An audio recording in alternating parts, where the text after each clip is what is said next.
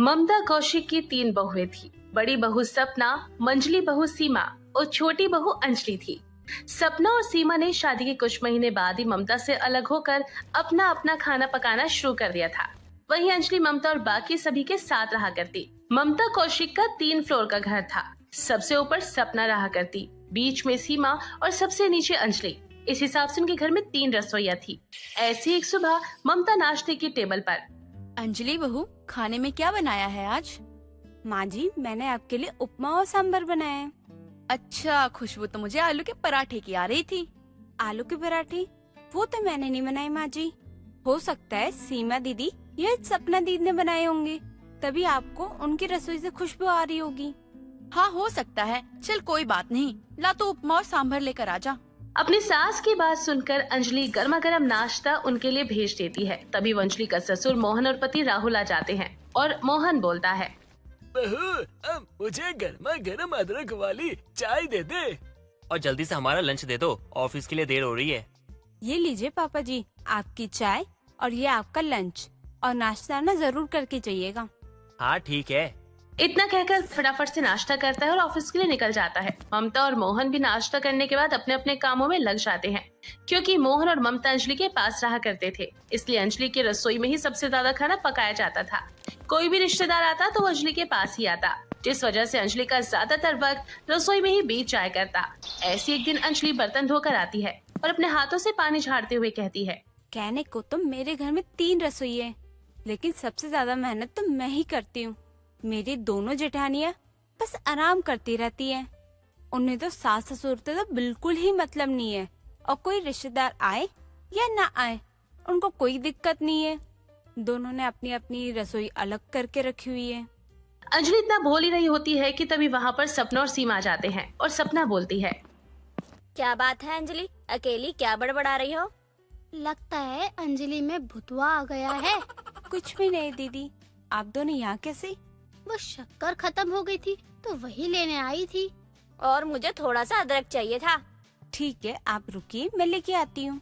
अंजलि शक्कर और अदरक लेकर आती है और सीमा और सपना को दे देती है। तभी सपना बोलती है, मेरी बात मानो अंजलि, तुम भी अपना चूल्हा चौका अलग कर लो। अरे सासू माँ अभी खुद से बनाकर खा ले, इतनी तो उनकी जवानी बाकी है। तुम क्यों सारा सारा दिन चूल्हे में लगी रहती हो? सही कह रही है सपना दीदी। अरे मैं तो आते ही सासू माँ की चाल चलन समझ गई थी। किसी काम को हाथ नहीं लगाती, बस सारा दिन ऑर्डर ही देती रहती है। इससे तो अच्छा है कि अपना बनाओ और अपना खाओ। वैसे भी 3 तिगाड़ा काम बिगाड़ा होता है। अगर चौथी रसोई तुम बनाओगी तो सब कुछ सही हो जाएगा। इतना कहकर सीमा और सपना आपस में हाई फाई करते हैं और अपने फ्लोर पर चले जाते हैं। उन दोनों की बात सुनकर अंजलि खुद से बोलती है, बड़ी आई मुझे बताने वाली और मुझे नसीहत देने वाली ये दोनों। मुझे क्या करना है क्या नहीं, इनसे पूछने की ना मुझे कोई जरूरत नहीं है। मुझे अपनी रसोई अलग करनी होगी तब मैं अपने बाद में देख लूंगी, लेकिन मैं इनके बहकावे में बिल्कुल भी नहीं आऊंगी।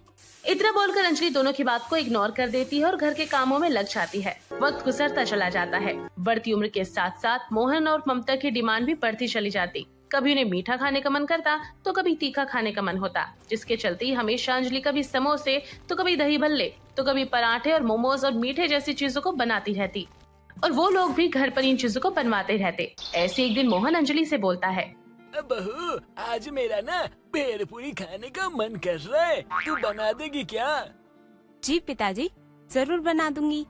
और बेटा, मेरे लिए ना तुम चाट पापड़ी बना देना। तुम तो जानती हो मुझे बाहर का खाना हानिकारक होता है, इसलिए ना तुम घर में ही बना देना।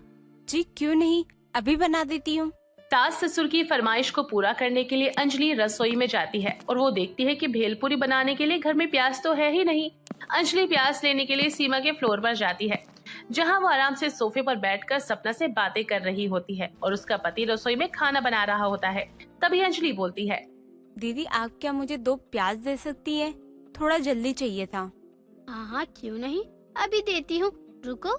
क्या बात है अंजलि, प्याज का इस वक्त में क्या काम है? अभी तो रात की सब्जी बनने में वक्त है, तो शाम को बाजार से भी ला सकती थी। अरे दीदी, पापा जी को ना भेलपूरी खाने का मन है और माँ जी को चाट पापड़ी, बस इसीलिए प्याज चाहिए था। तुम भी ना अंजलि, तुम्हें कितनी बार समझाया है अपनी रसोई अलग कर लो। अरे हम दोनों को देखो कितना कम खाना बनाते हैं, और ज्यादा बर्तन भी गंदे नहीं होते। और तुम हो कि सास ससुर की फरमाइशों को पूरा करने में लगी रहती हो। रसोई अलग करने में ही भलाई होती है, और जब कभी हमारा खाना बनाने का मन ना हो तो हमारे पति बना देते हैं। लाइव एग्जाम्पल तो तुम कुछ देख ही रही हो। अरे तुम भी ऐसे ही राहुल को अपने काबू में रखो।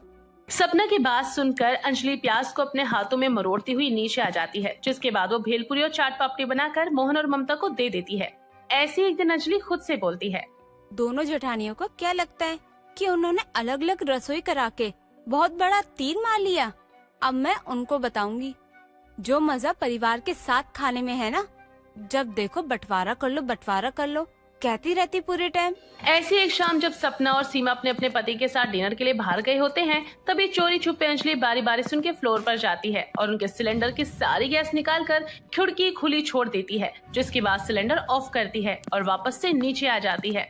अगली सुबह जब सपना और सीमा दोनों सुबह का चाय नाश्ता बनाने लगती हैं, तो वो देखते हैं कि सिलेंडर में गैस ही नहीं है। तभी सपना सीमा के पास जाती है और उससे बोलती है, अरे सीमा, मेरा सिलेंडर खत्म हो गया यार, तेरे गैस पर खाना बना लूं क्या? अरे मेरा भी सिलेंडर खत्म हो गया है। समझ नहीं आ रहा आजकल क्या हो रहा है। समझ नहीं आ रहा, कल तक तो ठीक से चल रहा था, आज क्या हो गया। एक काम करते हैं, अंजलि के पास चलते हैं। सीमा और सपना सबसे नीचे अंजलि के पास आ जाते हैं, जहां अंजलि सभी को गर्मा गर्म नाश्ता परोस रही थी। अंजलि के खाने की खुशबू सूंघकर सीमा और सपना का दिल भी जाग जाता है। तभी वो दोनों को देखकर ममता बोलती है, आज आसमान का चांद धरती पे कैसे उतर गया? तुम दोनों यहाँ क्या कर रही हो? सिलेंडर खत्म हो गया। तो जाकर भरवा कर लाओ ना, यहाँ क्या कर रही हो फिर? माँ जी, नाश्ता बनाना था इसीलिए। जी माँ जी, अगर आप इजाजत दे दे तो हम आपकी रसोई में खाना पका सकते हैं। बिल्कुल भी नहीं, जाओ जाकर ऑनलाइन ऑर्डर कर लो, बहुत पैसे हैं ना तुम्हारे पास। अपनी अलग अलग रसोई बना सकती हो, सब कुछ कर सकती हो, तो क्या बाहर से खाना भी नहीं खा सकती हो?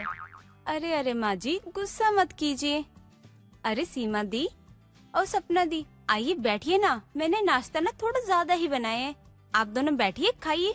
अंजलि के कहने पर सीमा और सपना उछलकर कुर्सी पर बैठ जाते हैं और फटाफट से नाश्ता करते हैं। इतने टाइम बाद सभी लोग एक साथ बैठकर खाना खा रहे होते हैं और सीमा और सपना को भी बहुत अच्छा लगता है। दिन गुजर जाते हैं और रोज ही अंजलि कुछ ऐसा करती जिस वजह से सीमा और सपना सभी के साथ नीचे आकर खाना खाती। साथ में अंजलि के साथ वो खाना पकाने में भी मदद करती। रोज और ये सब कुछ होता था। एक दिन ममता उन दोनों से कहती है, क्या बात है, अब तुम दोनों को अपनी रसोई का खाना अच्छा नहीं लगता क्या, जो रोज रोज नीचे आ जाती हो खाना खाने के लिए? तुम दोनों को तो बहुत शौक था अलग अलग रसोई बनाने का, अब क्या हो गया? माँ जी, सच कहे तो इतने दिनों बाद जब सबने एक साथ बैठकर खाना खाया, बातें की तो बहुत अच्छा लगा। हम ऊपर अपने अपने फ्लोर पर खाना तो बनाते हैं, लेकिन अकेले खाना खाने का मन भी नहीं करता है। कभी कभी तो मैं और सीमा खाना बनाकर बस उसे देखते रहते हैं और उसे सही से खा भी नहीं पाते। दीदी सही कह रही है माँ जी, हमने बहुत बड़ी गलती कर दी जो हम परिवार में रहने का मोल समझ नहीं सके और खुद को परिवार से अलग करके, जबकि यही हमारी सबसे बड़ी गलती है। परिवार में एक साथ रहना ही सबसे बड़ी खुशी होती है। सीमा दी और सपना दी, आप दोनों की मुंह से ये बात सुनकर ना मुझे बहुत अच्छा लगा। तो फिर ये 3 रसोई को हम एक रसोई बना ले। हम तीनों मिलकर रोज अच्छा अच्छा खाना बनाएंगे। बोलो, मिलाती हो हाथ? हाँ बिल्कुल। इस तरह से एक छोटी सी कोशिश के साथ ममता और मोहन का सारा परिवार एक साथ फिर से जुड़ जाता है और तीनों रसोइयां टूटकर केवल एक रसोई बन जाती है, जिसमें सभी के लिए हर दिन अच्छा अच्छा खाना पकाया जाता था और खाया भी जाता था।